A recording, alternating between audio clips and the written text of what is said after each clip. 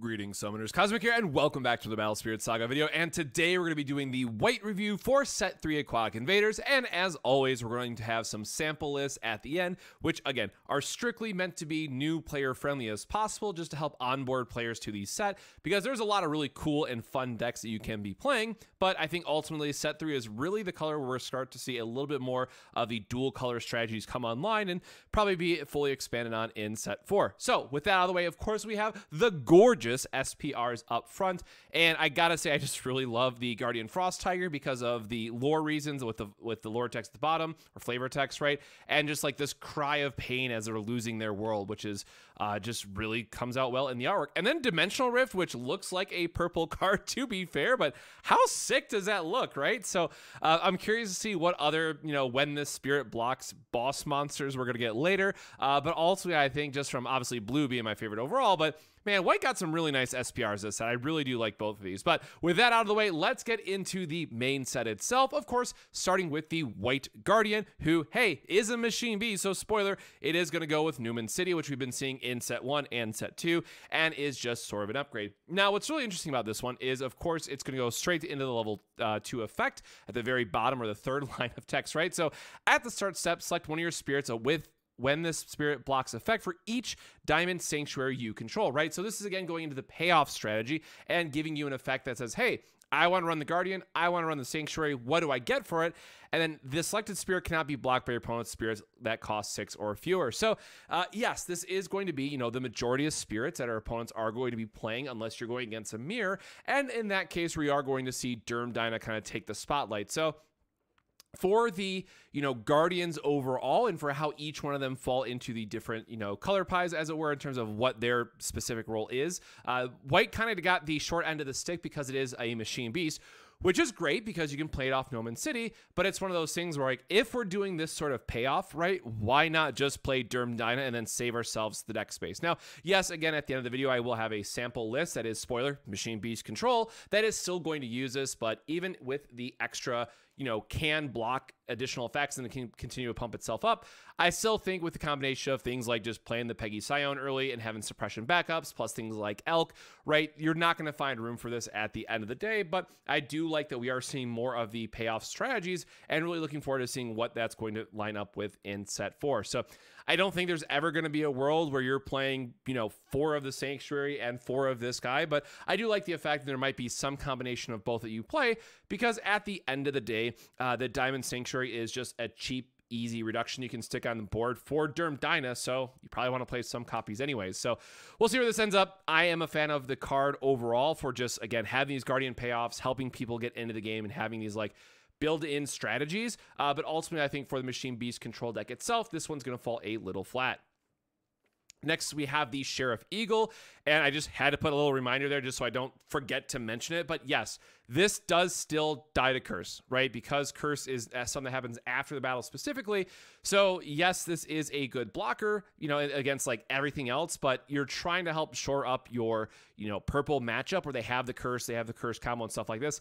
And this guy just doesn't do it for you, right? So I do like the fact that it is a 4K for 1, but I think this one just lines up pretty poorly for the other spirits that you can be playing, or especially something like Gregamar, where it gets you more overall meta value, right, than just having this early game blocker, even if it is a 4 for 1. So something that, might eventually find itself into a sideboard slot if we really care about it. And then, the armor white-green is pretty much whatever. Obviously, the white one matters a lot more in green. A lot of the decks are playing things like Thorn Prison anyways, so that doesn't matter too much, at least not yet. Moving on to Dive Mech Cappybot, which, again, full stop, I love this artwork. I think it's one of the best artworks for white in this set. It is just super cute, right? This one's very interesting, though, because it is a early drop. It does have armor blue, right? So as you think about the meta, and as we think about, everyone's going to be playing Floodstream, we want to make sure that our 5 costs and lower are resilient, or at least have armor themselves. That's all nice, and then this one also allows something else to block that has armor. So there's a way where this is like an early game block extender, and then also has that game against blue where it's saying like, hey, I now have a early threat that I can stick and is for sure not dying to Floodstream, but it is only going up to a 4K at 3 cores. So you'll still want some kind of defensive strategy to make sure it sticks on the board for more than a turn. So Machine Beast doesn't matter just yet. You know, we don't have the when the stars are aligned sort of payoff for Machine Beast, but that is something to keep in mind. It is a early Machine Beast that we might want to play if we see some type of payoff for it in, well, set 4 at this point. Mechanifin, armor white green, 5 cost. The 5 cost slot is just way too competitive for white. I don't think there's a world where you ever care about this unless we're in just some heavy white crazy bounce meta. No, the card is just not anything that we needed. One that I am very excited about for at least half of it, I will say, is Valkyrie Hilder. So, you know, when destroyed by an opponent, you may select one of your Android spirits and refresh it. So yes, I put out like the most relevant one is a 6-drop, I guess. Like, there's some other ones, and then there's some combos you can do with, I think it was like King Harold, just get like multi-blocker up the wazoo. But ultimately, the reason why we care about this card, it is nice that it is a 4 and 5, right, for Beldegor if you want to just, you know, have that angle of it. But also the fact that this one returns anything. So as we think about how the meta is going to slow down because of things like Floodstream, because of things like Shark Control, and just overall, we're going to be pushing into more late game late mid-range to control style of format just because of all the pieces that we got.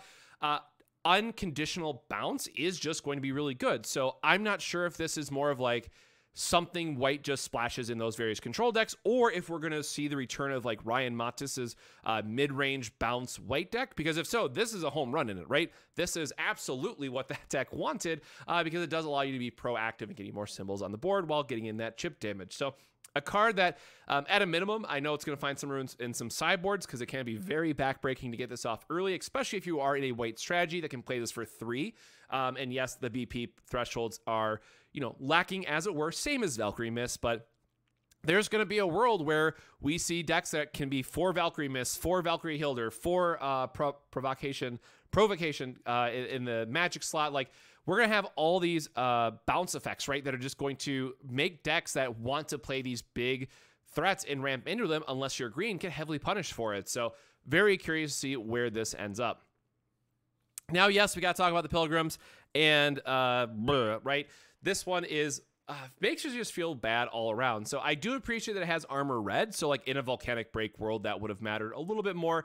It does go up to a 5K for 3, which is kind of a nice number to hit. But ultimately, right, if you're playing the Pilgrims, and I'm just going to say this for every single one because I have to, I guess, you generally want to play for the Pilgrim and for the Diamond Sanctuary to like at least make sure you hit it. Now, this one I do like because it lets you dig 5, which is a good amount, and then it also lets you play it for free. So it does recycle that symbol on the board that, you know, white so desperately needs. So for that fact, I do like it. But again, it's one of those things that if it just whiffs, you're going to be feeling pretty terrible about it. But this at least does hit 5K. It gives us a early blocker that can line up very well against things like Worker Ant-Man. And it's not a level-based destruction, so it's also fine for going against purple. And if they try to deadly balance you or just core threat it, whatever, right, you're still going to get the effect. So there is a way to, you know, put this into a list that doesn't completely feel bad. And again, I think the 5K carries it quite a bit.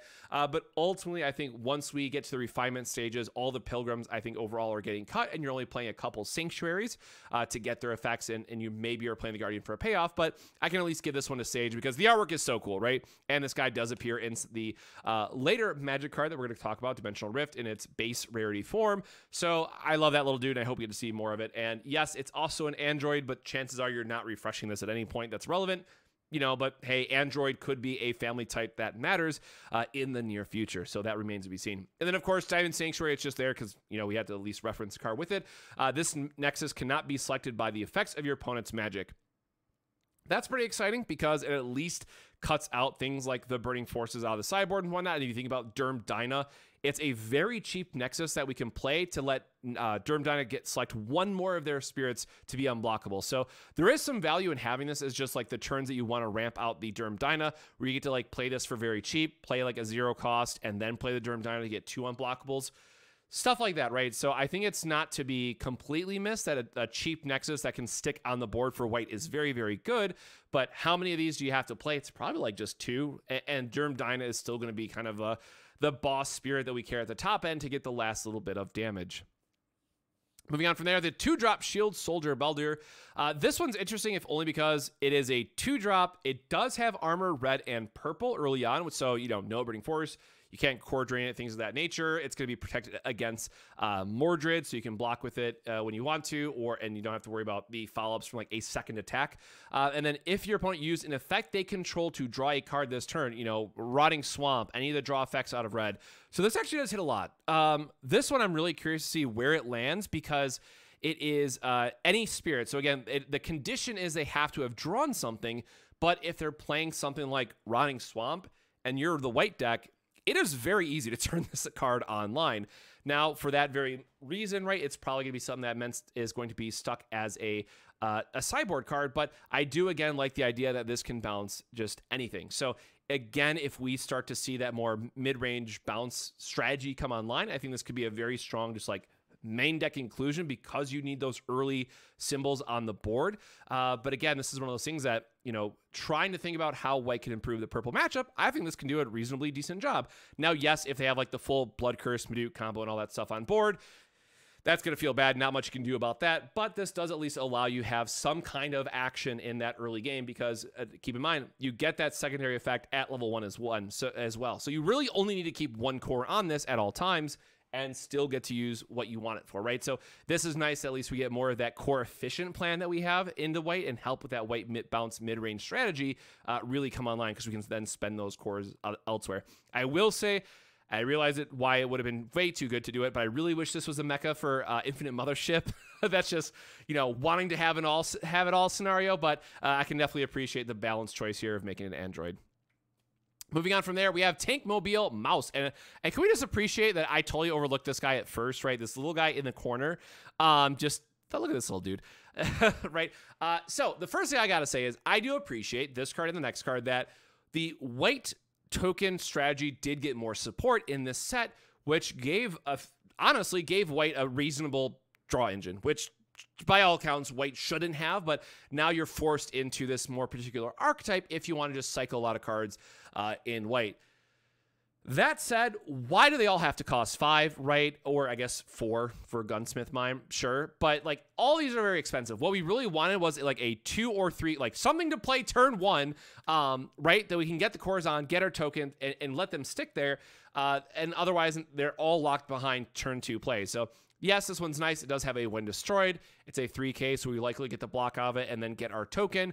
But what I really like too is at the end of the turn, it has the elk text updated. So now you have a ramp option as well, just to put more pressure on your opponent, because spoiler, this archetype is pretty core hungry, because of the different, like, so many things need level 2, or also you're putting out the tokens that need to have extra cores on them, right? So by all counts, this was a very nice card for the archetype to get. That said, why does everything have to cost 5? And that bums me out a little bit. I think you are still playing this absolutely no matter what. It's a must play in that archetype, but I think the archetype does fall behind the other things that you can be doing in white, especially Machine Beast Control. Really feels like it's going to come out on top in the set 3 meta. But again, overall, it is a must play card for that archetype.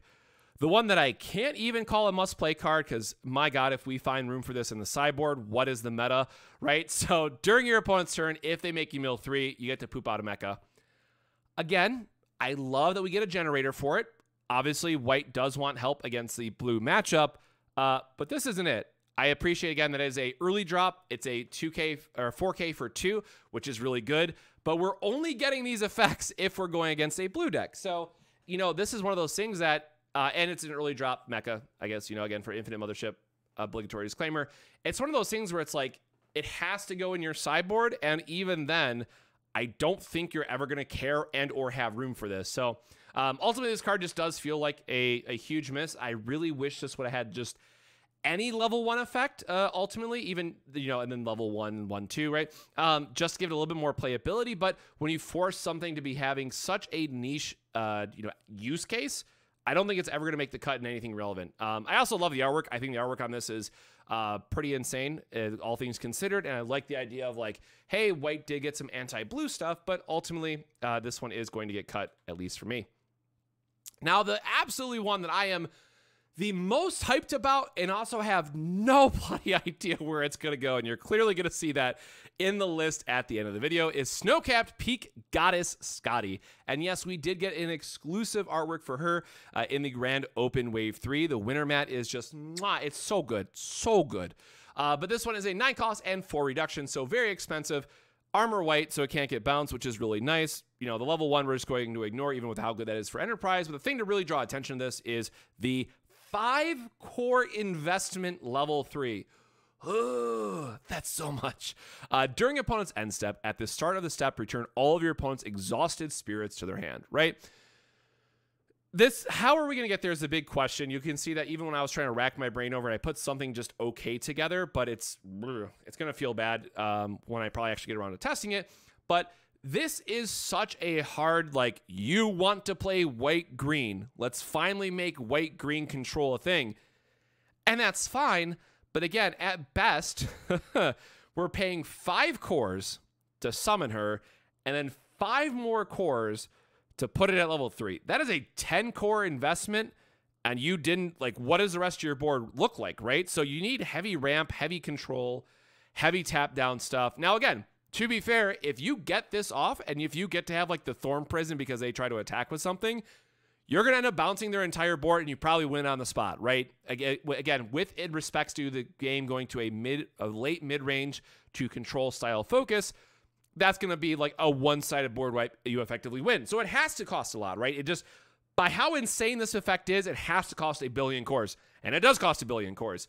But again, this is one where I like thinking of Infinite Mothership, because we can pay the 5 cores, go to combat, get those 5 cores back out of our reserve, and then suddenly we have, you know, cores to use magic with and things of that nature. So I think this does really lend itself, even though she is a ice princess, so you don't get the, you know, obvious strategy of ramping cores as well with her. But there's gonna be some version, and I just decided to lean more on like the green heavy ramp side of it, but there's gonna be like some mecha green exhaust ice princess at the top end deck that all comes together just so you can get the extra cores and making sure that you're getting her effect to stick. So I think that this card is absolutely insane. I don't know when exactly we're going to find a home for it, but whoever cracks this card first, assuming you can dodge, like, you know, the shark control, or maybe we are just playing blue-white control, right?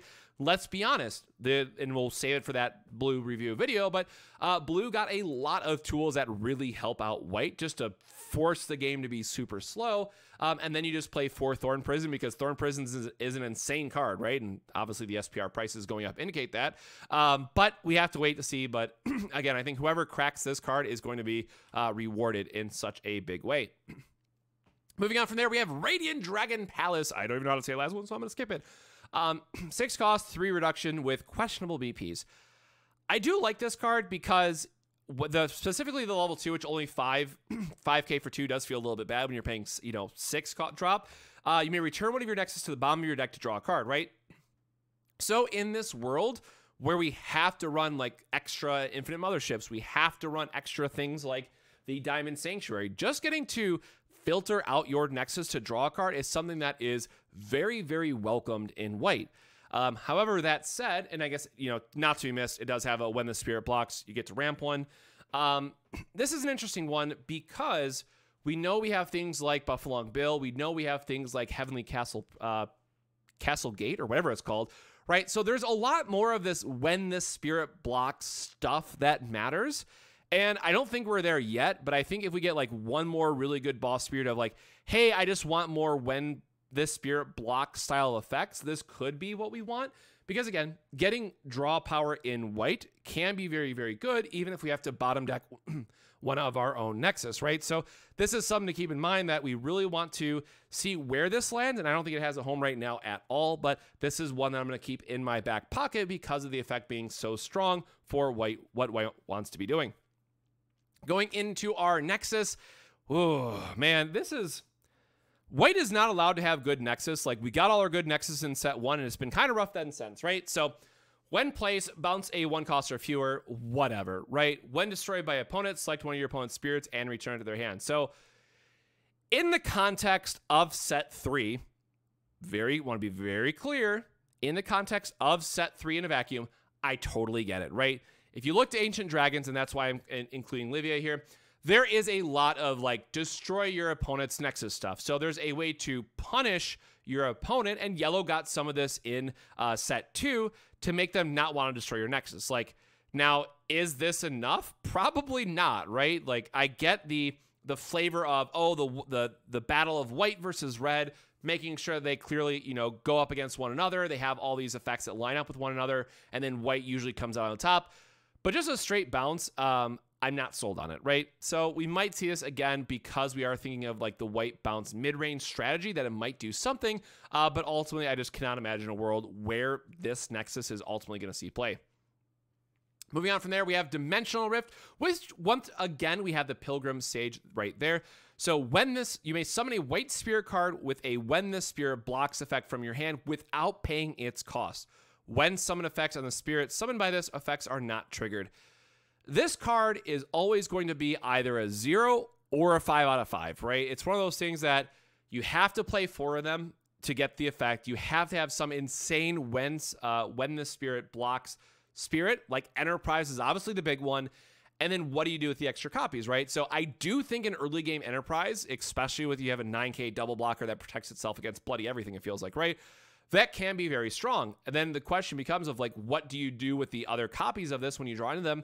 Like a 2K BP boost is not the worst. However, when you look at the spirits that we currently have, it really is Enterprise or bust in terms of like what really feels good in value. So this is another one that unless we see like the 4-dimensional rift, 4 Enterprise decks really come online, I think this one does take a back seat. But this is a card that you have to keep in mind for all future set designs. The devs have to be very, very conscious of, okay, we have this card.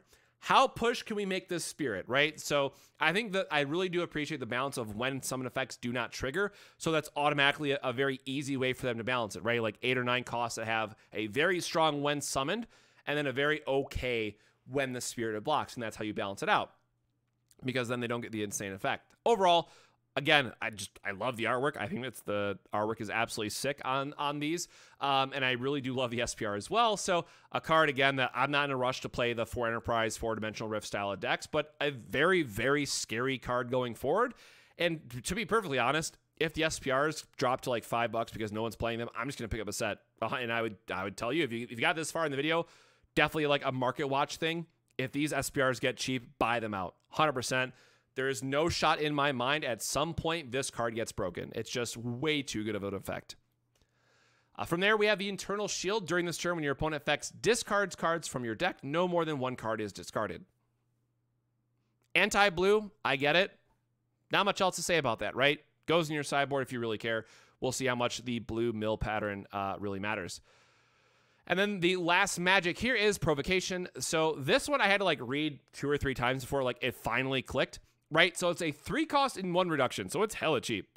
Select one of your opponent's spirits at the end of this turn. If it is refreshed, return it to your opponent's hand. So obviously on defense, this can be really good because it's going to make sure that your opponent, you know, rams their stuff into yours. But then also on offense, right, if we think about things like Valkyrie Miss and then they just have a big spirit left, you now get to swing with the Valkyrie Miss. They block with like, you know, they have just an elephant left, right? Or imagine some 6+ cost, right?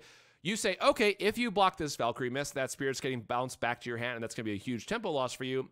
And then I still have these other spirits that I can attack with. So what do, right? Do you take can you afford to take the damage? Is that something that's getting bounced to your hand? So again, this goes back to, I think in those very, very specific mid-range bounce strategies in white, this card is going to be insane. That said, in every other white deck, I hate it because you want to just be playing things like Suppression or Thorn Prison anyways, right? So this is one that I think a lot of people are going to be super split on until we find that white mid-range deck that really fits. But I do think this card will be insane in those decks. That out of the way, let's get into the first draft. So no surprise, this one is pretty straightforward. It is just Machine Beast control plus the Pilgrim plus the Sanctuary, right? So not much else to say about it. You want the cheap reductions early. Derm Dyna is still going to be your boss guy. And then the Frost Tiger does allow you to have multi-blocker. But again, spoiler, a lot of this deck is still going to come back to, oh, we have Derm Dyna, oh, we have Elephant, we win the game, right? That's just kind of where white control is. And then, of course, I did include it here just because I was throwing this list together in some quick fashion, and I decided to throw 2 Elk in as well just because I think Elk has a really good spot. coming into this next kind of set 3 format. So I want to make sure that was a talking point. But then beyond that, we have Enterprise, which is probably just going to be very good as well, right? So definitely keep in mind some version of Enterprise. But, you know, if we've seen one, you know, white control machine beast list, we've seen them all sort of thing. So obviously I took some creative liberties there with the Pilgrim and the Sanctuary, but, you know, do with that as you will. And then from there, I had no bloody idea with Scotty. I'm going to be perfectly honest, right? So let me talk through this monstrosity of where was I at, right? So obviously Enterprise, because we want to protect our board. Scotty, we are playing 3 of because we just have to see it for its bounce effect. And then Thorn Prison, we got to tap their board. It goes with her level 3, and Infinite Mothership because it lets you refresh all your cores so that you can play your magic. All that makes sense, right? Let's go beyond that and let's talk about some of the other stuff. So when I was thinking about this, my mind was on like, okay, we have 1 billion cores. How are we getting there? How are we surviving long enough, right? So if we're in green and we're going to be ramping, you know, Butterfly and Manticore have been pretty good at that, right? Those have just been 8 good old ramp cards that you can fit in. And of course, with Butterfly in particular, you then realize it's a Beldegor target, right? So you are at least respecting some of the early game and getting some kind of interaction here. We can, you know, play the Butterfly, ramp a core. It blocks for 5k, which is okay. You get back a Beldegor, you get more blocks. And then because of Airborne Crag, because we do want green reductions, this also, like, the more I play Airborne Crag, the more I really like it because it makes our scoops bigger. It makes our Beldegors bigger when they're coming back to get more reliable block targets. And then also it allows us to refresh our spirits. So it does allow us to, you know, get in chip damage when we really wanted. Just getting to swing with the Beldegor and then untap Beldegor because it has a soul core on it is just feels like you're winning so much, right? Because you either say, hey, take a damage, or this Beldegor goes back to my trash, and now I have all these other 4s and 5s that are going to, you know, cycle it back. The Alaroon is just because we have more stuff that when this blocks, you can tap more stuff down. So obviously combos very, very well with Scotty. And yes, it is also a ramp. Now it does count itself, and maybe we do want to have some number of Emerald Sanctuary at the end of the day just so we have another ramp target, but at least for this like first brew, just the Queen of the Forest herself, right? Ramps it, that's fine. So effectively we have 11 ramp spirits, and, you know, 7 of them get back Beldegor. The one that this is probably just way too dreamy, way too cope. But we do have Sky Dragon Lord Platinum, right? So here's the crazy thing. So in a world where we have multiple Airborne Crags on the field, you'll often come into the issue that Scoop Owl just doesn't die. That's been at least my testing so far with what I've been doing a lot of, you know, where do I take green next? Because I've been trying to up the counts of Airborne Crag.